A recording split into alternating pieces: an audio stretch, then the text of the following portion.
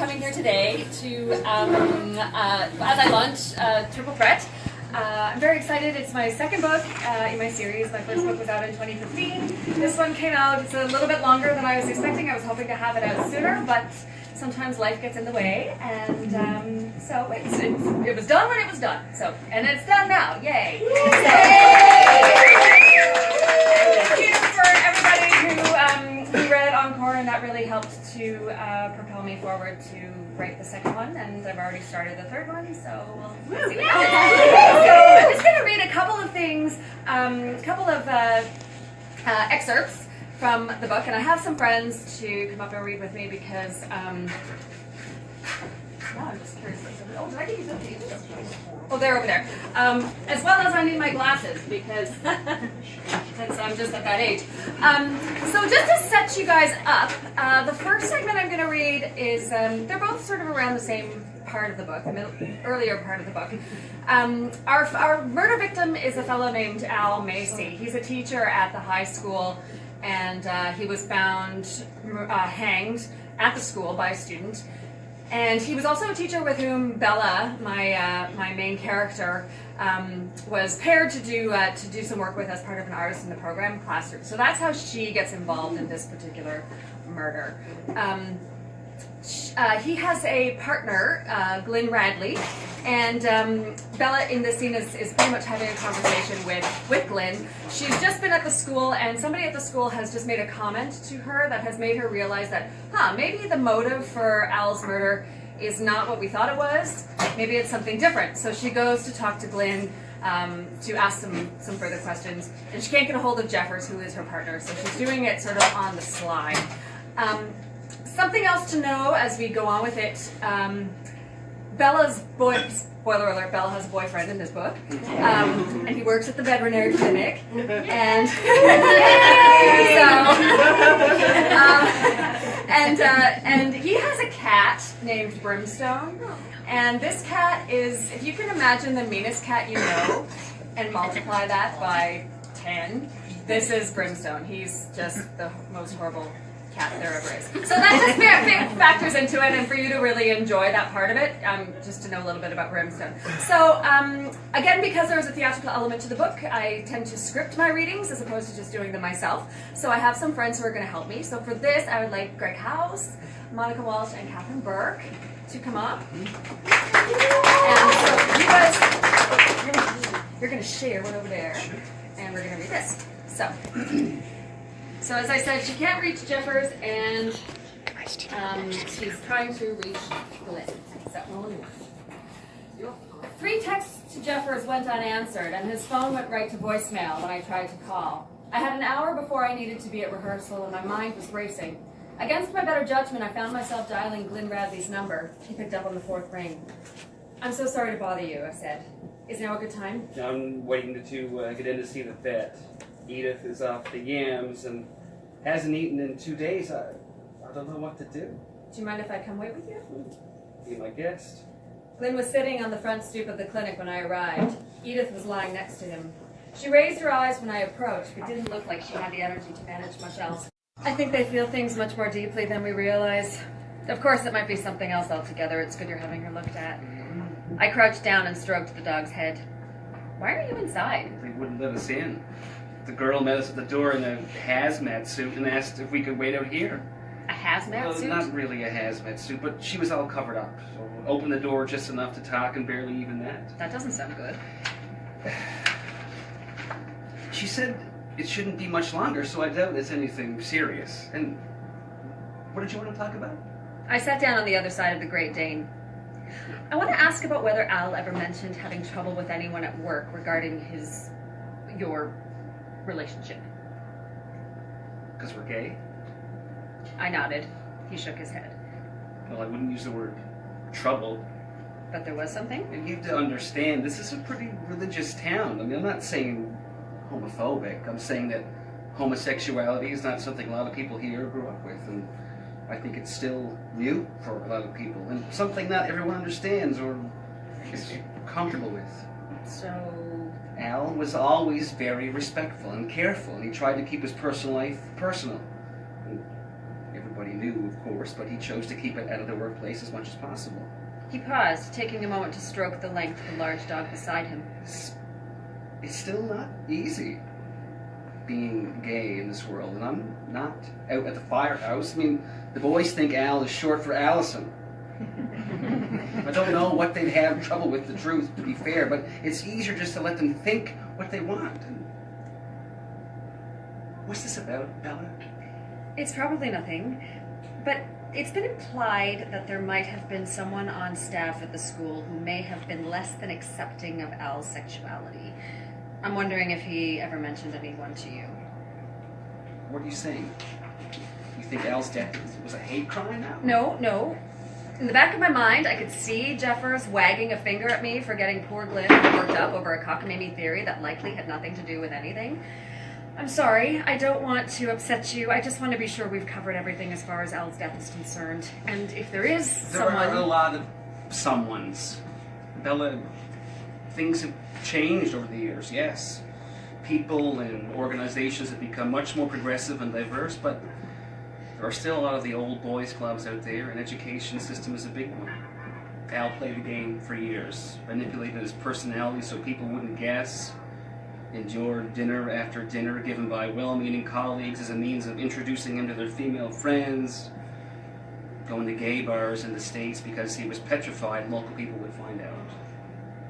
And when he finally did come out, there were golf tournaments and fundraisers and other work events where he had to bite his tongue as people around him said fag instead of cigarette and remarked on what queer weather we've been having.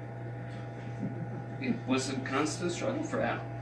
And don't get me wrong, he was out and he was proud. He didn't hide who he was anymore, and he had made more wonderful friends at work. But he always knew it was more comfortable for everyone when he kept his personal details quiet. The effort was conscious, you know? Mr. Radley? The door opened behind us and the vet tech stuck her head out. Sorry to keep you waiting. You and Edith can come on in now. Oh, hi, Bella. Hi, Stephanie. I said, getting up and following Glenn and Edith inside. What's going on? Is everything okay? She was in the process of removing full body coveralls made out of some rubbery material. I could see one of the other vet techs doing the same behind the front desk. Oh, yes, fine.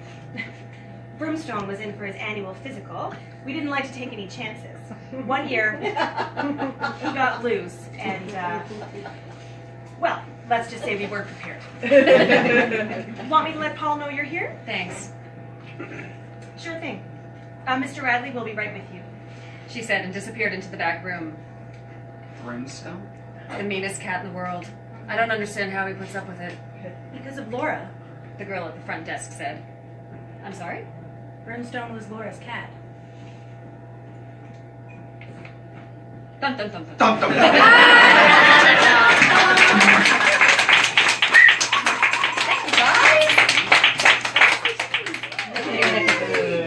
Thank you. Yes. So that was one little section. The next section. Oh, and I just want to say that a lot of what Glenn was talking about in that section was inspired by a conversation that I did have with a friend of mine about experiences. He's a principal. Oh, you can do that one there. Principal at one of the schools I used to work at, and we had a very frank and very open conversation about some of the experiences he has had in his career, and I felt that that conversation was very brave, and included some of that here, as it is still an issue that a lot of people unfortunately still have to deal with in this day and age.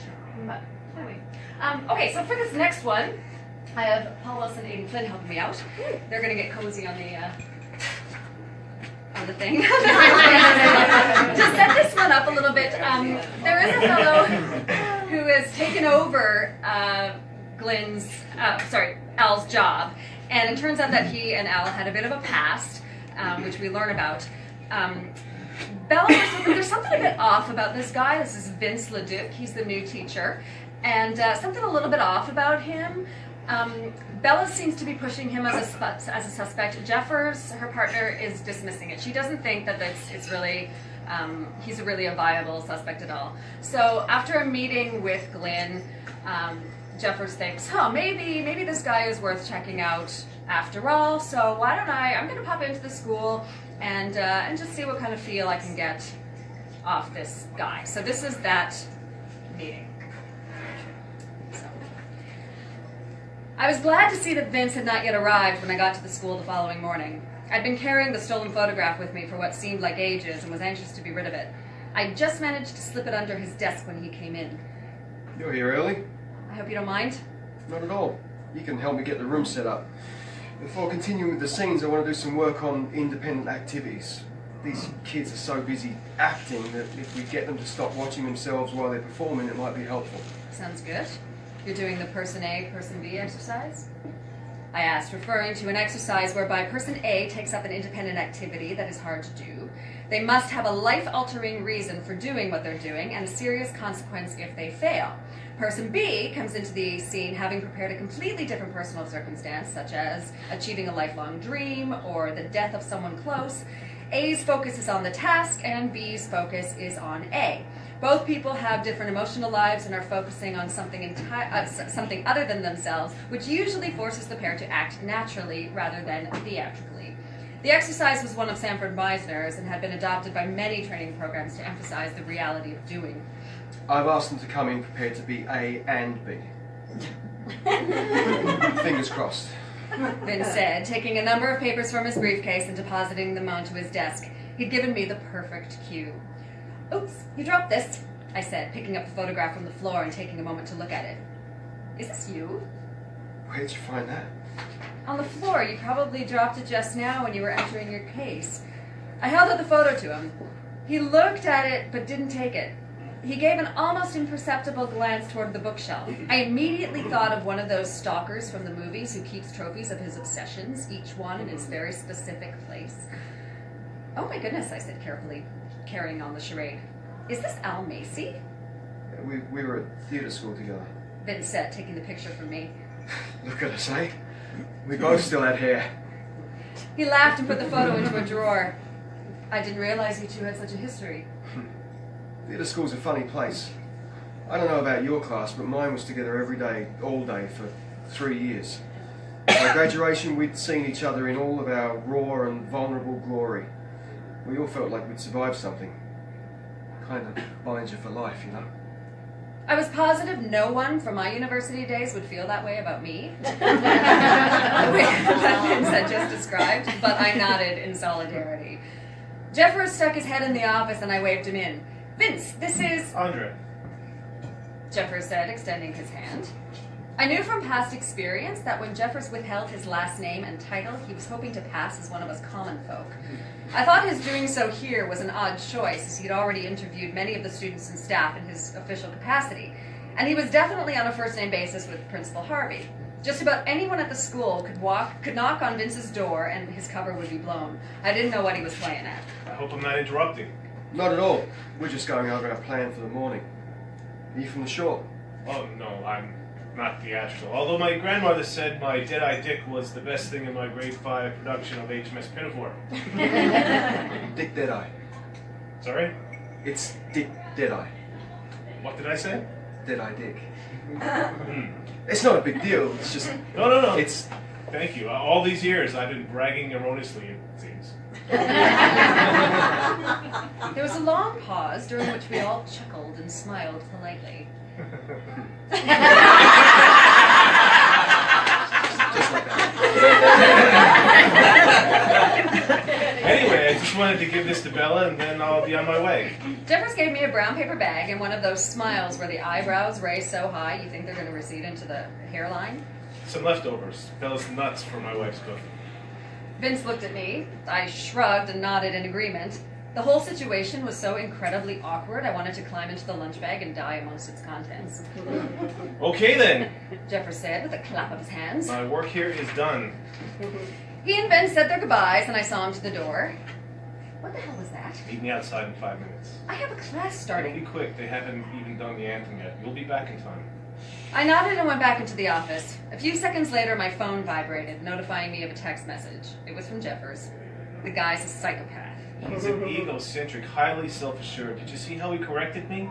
He couldn't help himself. Jeffers explained when I met him in the parking lot. You did that on purpose? Clever, huh? You'd never guess it was a test. Jeffers, just because he corrected you doesn't make him a psychopath. He's charming. They almost always are, but it's superficial, all part of the manipulation. They need to be in control. Jeffers. You said you'd witnessed him lying and there was something compulsive about it. Yes, And but the fact that he's leached onto Al Macy for all these years, it's what psychopaths do. Part of their nature. They cling to others to fulfill their own needs. there's been no clinging. They spend years planning their revenge. That's why they're so hard to catch, because every detail of their plan is designed to ensure they get away with it. In Vince's case, he's been fueled by something that happened with Macy years ago. If what Glenn has told us is true, and I believe it to be... Since when?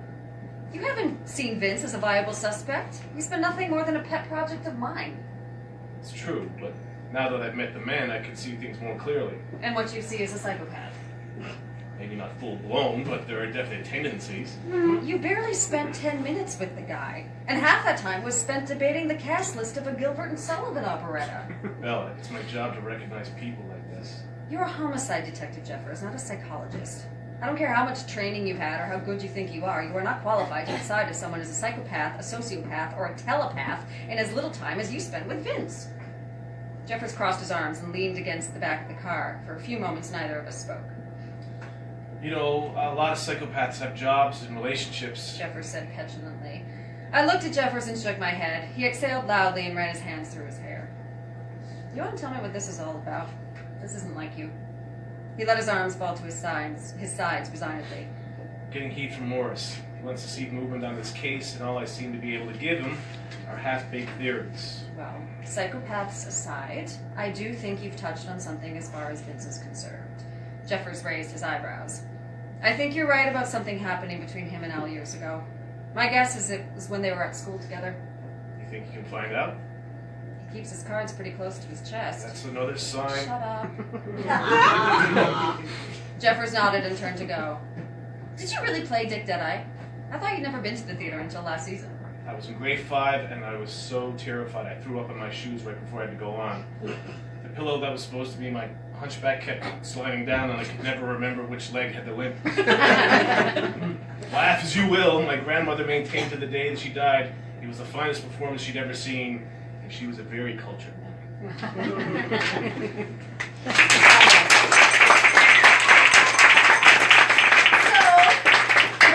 Great play. Maybe I'll get a screenplay out of it. We'll see. But anyway, thank you so much. I hope you enjoy the books. I will ask if you do read them. Reviews are really, really helpful for authors to sort of spread the word and branch out to to the world, the literary world. So if you are so inclined, if you liked it, if you didn't like it, keep it to yourself. But if you liked it and are inclined to go on to Chapters or Amazon or Goodreads and leave a review, that would be wonderful as well. So in the meantime, eat the cheese.